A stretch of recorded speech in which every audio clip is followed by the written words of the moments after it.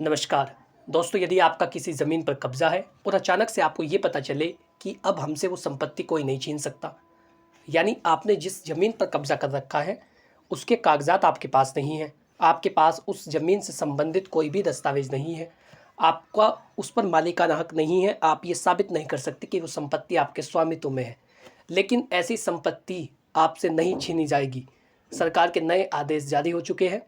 कई सारी ऐसी स्थितियां हैं जिनमें किसी व्यक्ति से वो संपत्ति नहीं छीनी जा सकती, या बेदखली की कार्यवाही किन संपत्तियों पर नहीं की जाएगी। सरकार के नए आदेश जारी हुए हैं। विधिवार तक इस खास एपिसोड में आपका स्वागत है, जहां पर मैं आपको 3 बड़े सवालों के जवाब दूंगा। सबसे पहला सवाल है, कौन कौन सी संपत्तियां बेदखली से सुरक्षित होगी, यानी किन पर कार्यवाही नहीं की जाएगी कब्जा हटाने के लिए। दूसरा सवाल है, सरकार ने किस आदेश के तहत ये राहत दी है, यानी किस आदेश के तहत ये राहत दी गई है आपको कि आपकी संपत्ति आपसे नहीं छीनी जाएगी। और तीसरा और बड़ा सवाल है, अगर आपकी संपत्ति इस सूची में आती है तो आप किस प्रकार से क्या कानूनी कार्रवाई करेंगे ताकि आपकी संपत्ति बची रहे। तीनों सवालों के जवाब इस वीडियो में आपको दिए जाएंगे। उससे पहले यदि आप चैनल पर पहली बार आए हैं तो आज ही सब्सक्राइब कर लें, ताकि इसी प्रकार की महत्वपूर्ण वीडियो, लीगल नॉलेज, विधिक परामर्श, आपके अधिकार, कानूनी जानकारियाँ, सरकारी योजनाओं के नोटिफिकेशंस, सभी चीज़ें आप तक बिल्कुल मुफ्त में पहुँच सके। यदि आप चाहते हैं अपने मामले पर व्यक्तिगत रूप से कोई सलाह लेना, कुछ पूछना, तो उसके लिए आप स्क्रीन पर दिए गए नंबर पर व्हाट्सअप करें। केवल व्हाट्सअप करें अपनी समस्या का, बहुत ही जल्द आपको उसका उत्तर दिया जाएगा। समय मिला तो मैं आपसे बात करूंगा, आपको बताऊंगा कि आपके मामले में क्या करना है। चलिए दोस्तों, शुरू करते हैं कि सरकार ने किन आदेशों के तहत ये जारी किया है कि किसी व्यक्ति की संपत्ति जिसने उस पर केवल कब्जा मात्र कर रखा है तो वो संपत्ति उसके ही पास रहेगी। किन संपत्तियों से कब्जा नहीं हटेगा। सरकार ने हाल ही में कुछ खास संपत्तियों पर कब्जे की स्थिति को लेकर राहत दी है।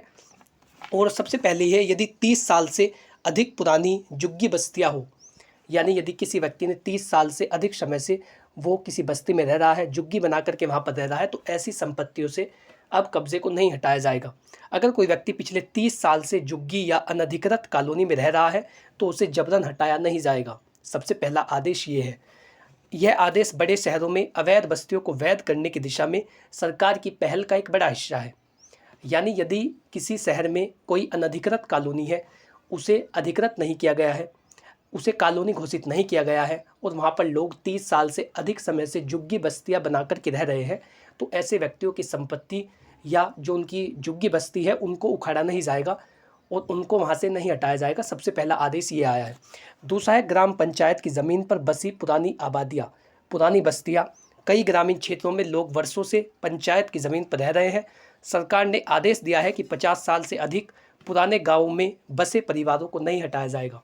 यदि 50 साल से किसी गांव की ज़मीन पर कब्जा है, 50 साल से लगातार आप वहां पर रह रहे हैं, तो ऐसे में भी आपकी संपत्ति से कब्जा नहीं हटेगा और सरकार के द्वारा आपसे वो संपत्ति छीनी नहीं जाएगी। तीसरा, सरकारी लीज पर कब्जा करने वाले लोग। अगर किसी सरकारी ज़मीन को किसी व्यक्ति या संस्था को लीज पर दिया गया था और उस पर लगातार कब्जा किया हुआ है तो उसे खाली करने की ज़रूरत नहीं होगी।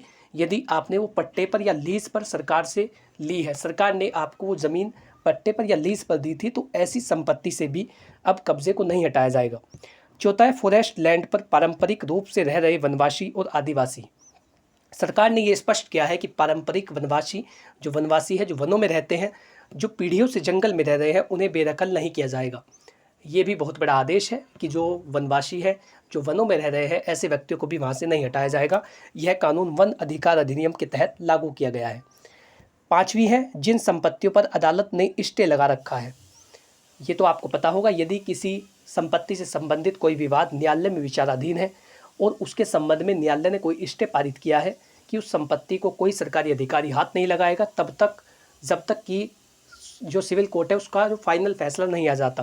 तो अगर किसी संपत्ति से कब्जा हटाने को लेकर मामला अदालत में विचाराधीन है और अदालत ने स्टे दे दिया है, तो सरकारी अधिकारी कोई भी कार्रवाई नहीं कर सकेगा और ना ही कब्जा हटाया जाएगा। तो ये 5 स्थितियां हैं, 5 प्रकार की ऐसी संपत्ति है जिनमें उनसे कब्जा नहीं हटाया जा सकता। दूसरा है, सरकार का आदेश क्यों आया या किस लिए सरकार ने ये आदेश जारी किया। ये भी समझना आवश्यक है कि इसको जारी करने के पीछे क्या उद्देश्य है। तो गरीबों और झुग्गी बस्तियों में रहने वालों को राहत देने के लिए। यानी सरकार का ये कहना है कि अचानक बेदखली करने से हज़ारों लोग बेघर हो जाएंगे, इसलिए उन्हें कानूनी सुरक्षा दी जा रही है। जो व्यक्ति कई सालों से वहाँ पर रह रहा है, किसी संपत्ति को अपने कब्जे में रख रहा है, कई सालों से वहाँ पर रह रहा है, उसके पास अन्य कोई मकान, दुकान या कोई प्लॉट नहीं है, उसके पास अपने जीवन को जीने के लिए उस संपत्ति से अलग कोई भी रास्ता नहीं है, तो ऐसे व्यक्तियों को, जो गरीबी और जो झुग्गी बस्तियों में रहने वाले हैं, उनको राहत देने के लिए यह आदेश पारित किया गया है। पुरानी पंचायत और सरकारी ज़मीनों पर बसे लोगों को सुरक्षित रखने के लिए सरकार नहीं चाहती कि दशकों से रह रहे लोगों को अचानक उनकी ज़मीन से हटा दिया जाए।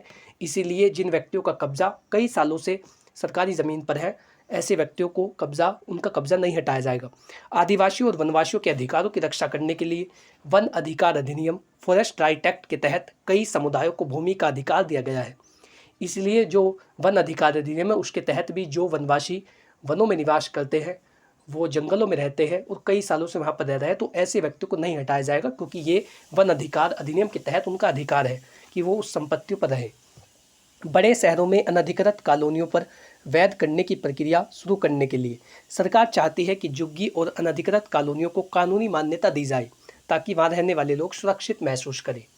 ये इसका उद्देश्य था कि सरकार ने इस आदेश को क्यों जारी किया है। अब देखिए, किन मामलों में कब्जा फिर भी हटेगा, ये भी जानना जरूरी है कि इनके तहत जो संपत्तियां नहीं आएगी या जिनसे कब्जा हटाया जा सकेगा वो क्या है। तो सरकारी विकास परियोजनाओं में बाधा बनने वाली संपत्तियां, यदि सरकार ने कोई योजना निकाली है, एक कोई प्रोजेक्ट तैयार किया है जिसके लिए उस संपत्ति का प्रयोग होना है, अगर किसी ज़मीन पर सरकारी सड़क, रेलवे या अन्य विकास कार्य होने हैं, तो वो कब्जा हटाया जाएगा। यदि आपकी संपत्ति या आपका मकान, आपकी झुग्गी बस्ती यदि ऐसे स्थान पर है जहाँ पर कोई सरकारी परियोजना के तहत रास्ता निकाला जाना है, सड़क बननी है, रेलवे स्टेशन बनना है, या किसी भी अन्य जो लोकहित में किया जाने वाला कार्य है, यदि उसके तहत आपकी संपत्ति आती है, तो वो इस आदेशों के तहत मान्य नहीं होगी और उससे कब्जा हटाया जाएगा। सबसे पहली कंडीशन ये है। दूसरा है जबरन अतिक्रमण और नई अवैध कॉलोनियाँ।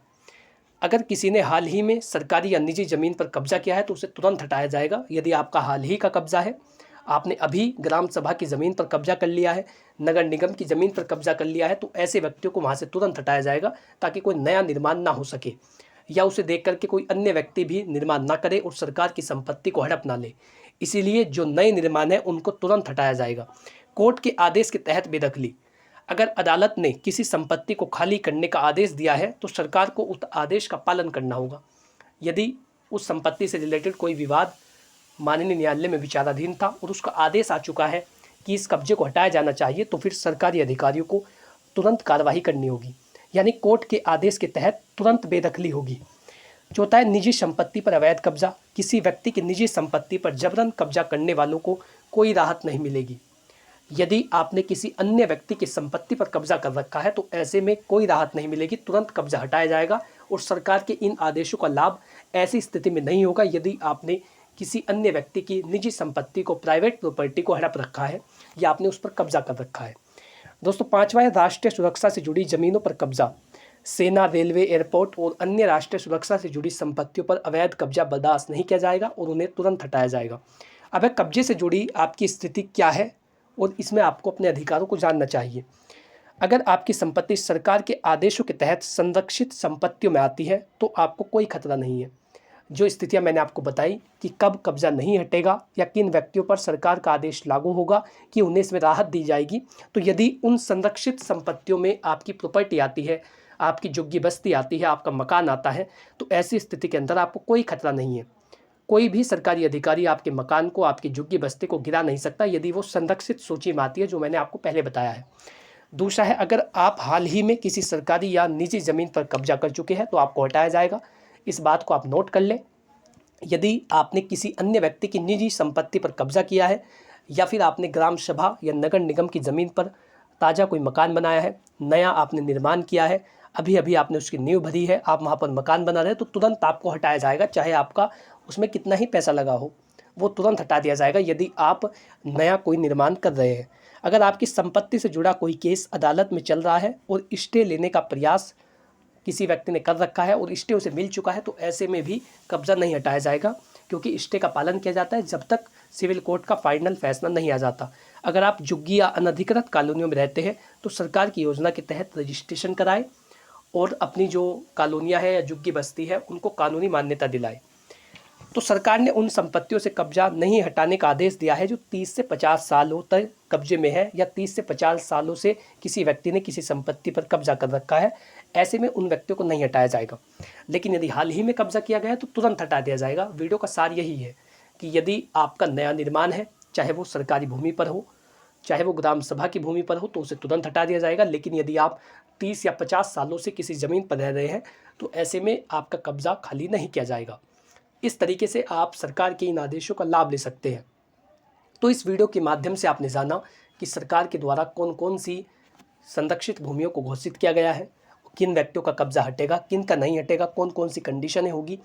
तो यदि आपको जानकारी अच्छी लगी है या आप इससे संबंधित कुछ पूछना चाहते हैं तो वीडियो को लाइक करें, चैनल को सब्सक्राइब कर ले, ताकि इसी प्रकार की नई वीडियो, सरकार के नए आदेश, कानून की जानकारियाँ, सभी चीज़ें आप तक बिल्कुल मुफ्त में पहुँच सकें। यदि आपको जानकारी पसंद आई है तो वीडियो को लाइक करें, चैनल को सब्सक्राइब कर ले, विधि वार्ता से जुड़िए, जहाँ पर बात की जाती है आपके अधिकारों की, जहाँ पर बात की जाती है उन प्रावधानों की जो आपके जीवन को पूरी तरीके से बदल सकते हैं। तो यदि आपको अच्छा लगा है तो एक बार आपसे पुनः निवेदन है कि चैनल को सब्सक्राइब कर ले, बेल आइकन प्रेस करें, नई वीडियो की नोटिफिकेशन आप तक पहुंच सके। इससे रिलेटेड यदि आपका कोई सवाल हो, कोई सुझाव हो तो नीचे कमेंट बॉक्स में लिखिए। प्रत्येक सवाल का जवाब देने का प्रयास किया जाता है। यदि आप चाहते हैं व्यक्तिगत रूप से अपने मामले पर कोई सलाह लेना तो उसके लिए आप स्क्रीन पर दिए गए नंबर पर व्हाट्सअप करें अपनी कानूनी समस्या का, अपनी जनरल गाइडेंस का, जो भी आप लेना चाहते हैं। Thanks for watching this video. अपना कीमती समय देने के लिए धन्यवाद। सुरक्षित रहिए और मिलते हैं नई वीडियो में।